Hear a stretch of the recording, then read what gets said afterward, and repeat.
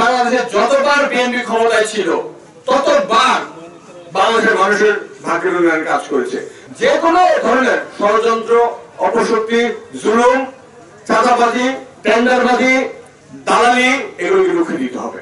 আগামীতে বাংলাদেশে সকলের কাছে গ্রহণযোগ্য একটা সময় নির্বাচন হবে।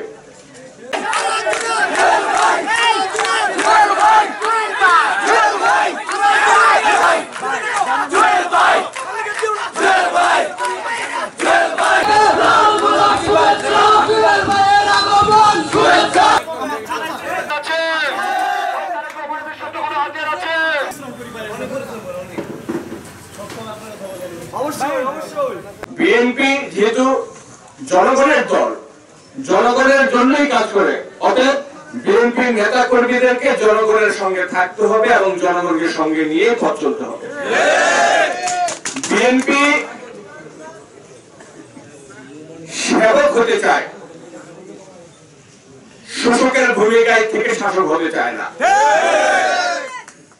এই বাংলাদেশে যতবার বিএনপি ক্ষমতায় ছিল ততবার বাংলাদেশের মানুষের ভাগ্যের উন্নয়ন কাজ করেছে এবং যতবার বাংলাদেশের ফেয়ার নির্বাচন হয়েছে এবং বাংলাদেশের মানুষ ভোট দিতে পেরেছে ভোট কেন্দ্রে গিয়ে স্বাধীনভাবে, ততবার তারা বিএনপিকে নির্বাচিত করেছে।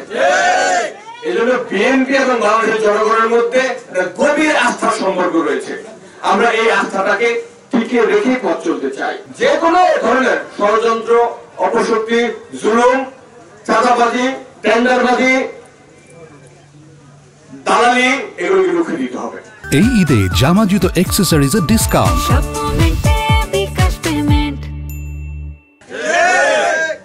আমরা চাই বাংলাদেশের গুণগত পরিবর্তন।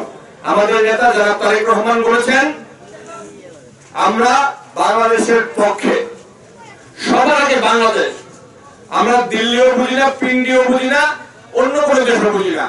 আমরা বুঝি আমাদের স্বার্থ, বাংলাদেশের স্বার্থ, বাংলাদেশের মানুষের ভাগ্যের উন্নয়ন। সেই লক্ষ্যে আমরা কাজ করব। সেই জন্য আমাদেরকে এখন থেকেই ইস্পাত কঠিন ঐক্য গড়ে তুলতে হবে। বিএনপির পক্ষে, জাতীয় বেগম খালেদা জিয়ার পক্ষে, বিএনপির ভারপ্রাপ্ত চেয়ারম্যান জনাব তারেক রহমানের পক্ষে, সর্বোপরি ধানের হিসেবের পক্ষে আমাদের জোয়ার করে দিতে হবে।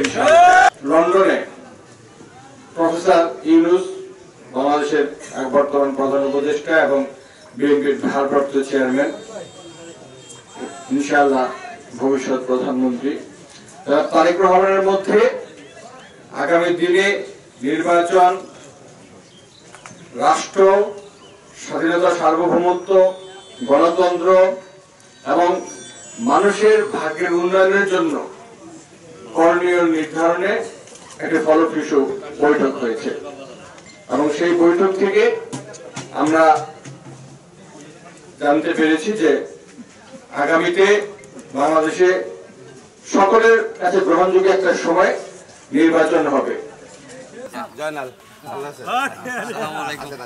আমি দেখতে পেলে ভাই, হ্যালো, কাদের ভুইয়া জুয়েল ভাই,